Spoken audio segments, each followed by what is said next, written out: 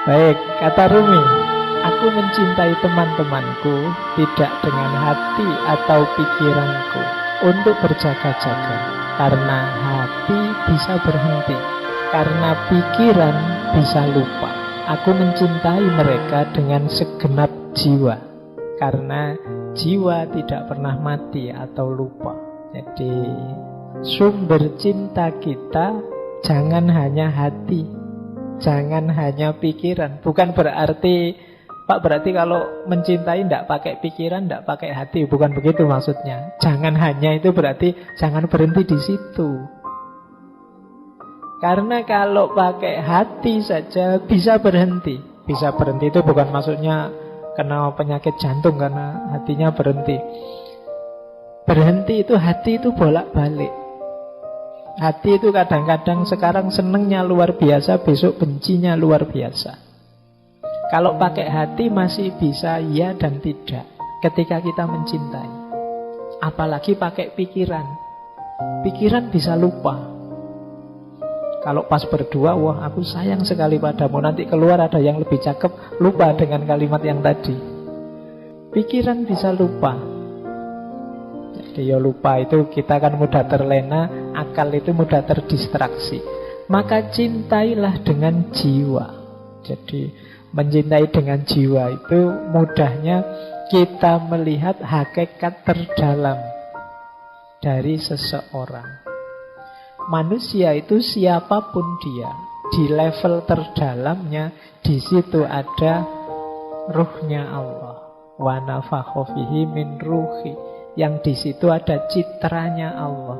Jadi pertemuannya tidak hanya pertemuan dua akal, tidak hanya pertemuan dua hati, tapi juga pertemuan dua jiwa. Makanya dalam bahasa Inggris istilahnya soulmate. Belahan jiwa, tidak sekedar belahan hati. Apalagi belahan pikiran. Tidak.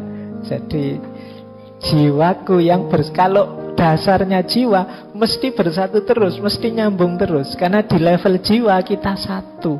Di level pikiran kita bisa beda-beda. Wong pikiran itu macam-macam. Hati juga bisa beda-beda. Passion, selera bisa beda-beda. Apalagi level fisik. Tapi begitu kita masuk di level jiwa, itu kita pasti hakikatnya satu. Di level ruh itu kita satu jenis, sama semua. Meskipun banyak orang yang mengabaikan sisi dalam rohaninya, sehingga kelakuannya hanya didasarkan pada yang fisik-fisik. Maka mari mencintai apapun dan siapapun tadi di level terdalamnya. Jadi kalau sudah level terdalam itu seragam, sama. Kalau fisik itu bisa beda-beda, ada cakep, ada jelek dan lain sebagainya. Makanya kalau nembak kok ditolak kan kadang orang bilang, loh kamu jangan hanya lihat wajahku, lihatlah. Ya, kalau hati masih bisa berubah. Kalau kalimatnya lihatlah hatiku, hati masih bisa berubah-ubah, kurang dalam. Lihatlah jiwaku. Nah, oke. Baik. Nah, kalau jiwa itu sudah relatif seragam, semuanya citranya Allah dalam diri kita. Ini yang jadi penciri pembeda manusia dengan manusia yang manusia dengan semua yang bukan manusia. Baik, ini filosofinya agak dalam ya. Nah, ini kalimat ini bagus. Tidak ada kerahiban dalam Islam yang ada kebersamaan dan kasih sayang. Nabi Shallallahu Alaihi Wasallam selalu bertindak atas dasar kepentingan bersama. Karena pertemuan para roh memiliki pengaruh yang besar dan penting. Sedangkan kesendirian dan mementingkan diri sendiri tidak ada manfaatnya. Jadi kalimat pertama, kata pertama tidak ada kerahiban dalam Islam itu sebenarnya ingin menegaskan bahwa dalam Islam semua orang itu dipandang setara. Setiap manusia dianggap bernilai. Jadi tidak boleh level. Manusia itu tidak boleh ada yang diposisikan level. Ini manusia posisi tinggi, ini manusia posisi rendah. Karena satu-satunya di atas makhluk itu Khalik. Kalau ada makhluk yang kita posisikan di atas makhluk, itu berarti ada makhluk yang posisinya setara dengan Khalik. Kalau dalam Islam ini namanya musyrik. Maka iya, para ulama penting, guru-guru kita penting, tapi dia tidak di atas kita. Hanya memang fungsi dan peran serta jasa mereka besar. Jadi itu yang dimaksud tidak ada kerahiban, tidak ada yang posisinya hierarkis. Yang ada semua setara, maka dalam kesetaraan itu relasi paling ideal adalah kebersamaan dan kasih sayang. Makanya Nabi itu orang-orang dekatnya tidak disebut muridnya atau anak buahnya, tidak, tapi sebutannya sahabat.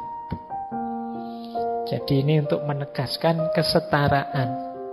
Kalau sahabat setara, kalau setara roh dan roh bisa bertemu.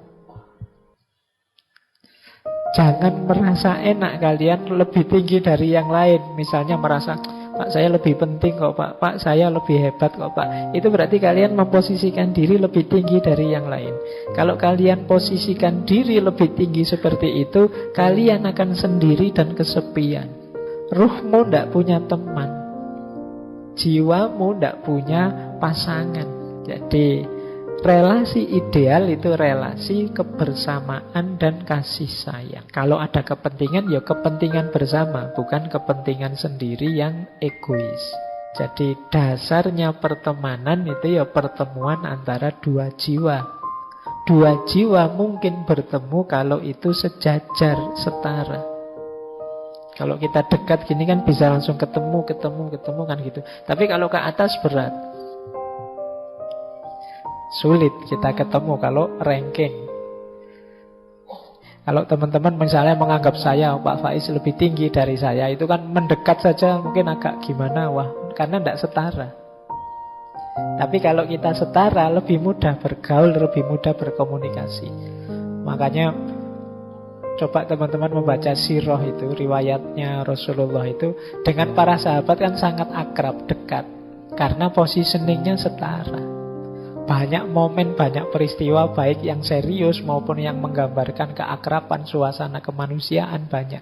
Kenapa? Positioningnya setara. Baik, jadi ini rahasia persahabatan. Jadi yang ada adalah kebersamaan, kasih sayang, dan kesetaraan. Kok di antara sahabat merasa level? Yo, dia sahabat saya sih Pak, tapi saya lebih tinggi Pak. Dia selalu nyontek, saya yang diconteki terus misalnya. Kalau ada level begitu, dua jiwa tidak akan bertemu. Saya yang neraktir terus Pak, dia yang minta ditraktir. Berarti saya lebih tinggi, dia sebenarnya anak buah saya hitungannya misalnya. Ini tidak mungkin persahabatan, tidak mungkin dua jiwa bisa bertemu. Maka kuncinya persahabatan, pertemuan dua jiwa.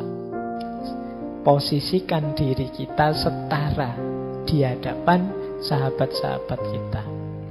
Jangan merasa lebih tinggi, jangan merasa lebih jago, jangan merasa lebih benar, dan lain sebagainya. Baik, saya lanjut. Berbuat baiklah kepada orang demi Tuhan dan kedamaian hatimu sendiri, agar selalu engkau lihat apa-apa yang suci, dan agar engkau bisa menyelamatkan hatimu dari gelapnya kebencian. Berbuat baiklah kepada orang demi Tuhan. Demi Tuhan maksudnya untuk Tuhan ya, bukan orang lagi mengamuk-ngamuk sumpah demi Tuhan, bukan itu. Jadi demi Tuhan itu ayo nawaitunya untuk Tuhan dan kedamaian hati. Mesti nanti hati kita damai. Kalau dalam Islam ada konsep fillah dan lillah.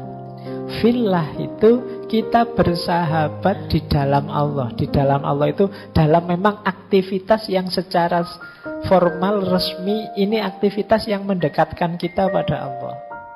Ya mudahnya fillah itu ya dalam ibadah-ibadah. Kita bersama-sama sholat jamaah, itu namanya kebersamaan fillah. Jadi di dalam Allah. nanti ada lillah. Lillah itu aktivitas apapun. Mungkin bukan ibadah yang formal, yang mahdo, yang seperti sholat, zakat, dan lain sebagainya. Mungkin sekedar bersama-sama melakukan aktivitas apa, belajar bersama, atau santai bersama, dan lain sebagainya. Tapi nawaitunya lillah, untuk Allah. Misalnya, yuk makan bareng yuk, biar kita sama-sama sehat, sama-sama kuat, biar bisa ibadahnya tambah mantep. Nah ini aktivitas biasa, cuma makan, wong makan bareng, tapi terus jadi lillah, karena Allah, nilainya ibadah. Ini juga demi Tuhan namanya. Jadi untuk Allah. Kalau dalam Islam itu kan aktivitas apapun, tidak harus aktivitas religius, bisa bernilai religius kalau niat nawaitunya pas. Bisa sebaliknya juga. Mungkin aktivitas keagamaan, tapi niatnya bukan untuk Allah karena Allah, ya bisa bernilai duniawi. Jadi ini maka penting faktor niat ini. Mari kita bersahabat itu konteksnya sepenuhnya fillah dan lillah. Kalau bisa begitu, akan ketemu dengan kedamaian hati kita, lebih nyaman. Tidak lagi relasi saling menaklukkan, menundukkan untuk pamrih-pamrih kepentingan yang macam-macam. Ini hanya untuk Allah saja. Lillah. Karena kalau tidak lillah nanti kita hanya dapat lelah. Ya, kalau ada, wah lelah aku meladenimu ini, oh berarti belum lillah. Kalau lillah tidak mungkin hasilnya lelah. Baik, bahkan yang sepele-sepele dalam Islam itu ya bisa bernilai sangat mulia. Ketika apa? Niatnya pas.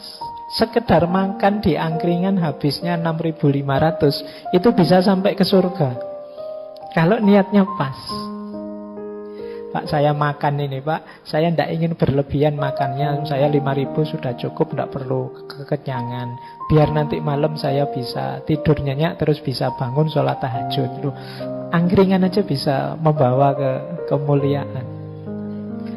Jadi itu contoh. Jadi apapun bisa lillah, apalagi yang fillah tadi. Nah, segala sesuatu jadi disambungkan pada Allah. Itu yang kalimat ini, agar selalu kamu lihat apa-apa yang suci. Kalau kita sudah bisa begini, selanjutnya apa? Hati kita akan selamat, bersih dari kebencian demi kebencian. Ada banyak alasan kita membenci sesuatu, tapi kalau alasan yang biasanya membuat kita benci itu kita sambungkan pada Allah, maka dia akan berubah jadi suci, jadi sakral, justru mendekatkan kita pada Allah. Misalnya ada orang yang kurang ajarnya luar biasa atau jahatnya luar biasa. Loh, itu kalau kita berhenti di fenomena kejahatan dan kekurang ajaran itu, lahirnya mungkin kebencian demi kebencian. Batin kita tidak selamat. Akhirnya apa? Jahatnya orang lain menjadi sumber buruknya kita. Dia yang jahat, kita yang benci. Kan akhirnya kita juga ikut jelek. Wong kita memelihara kebencian dalam diri kita.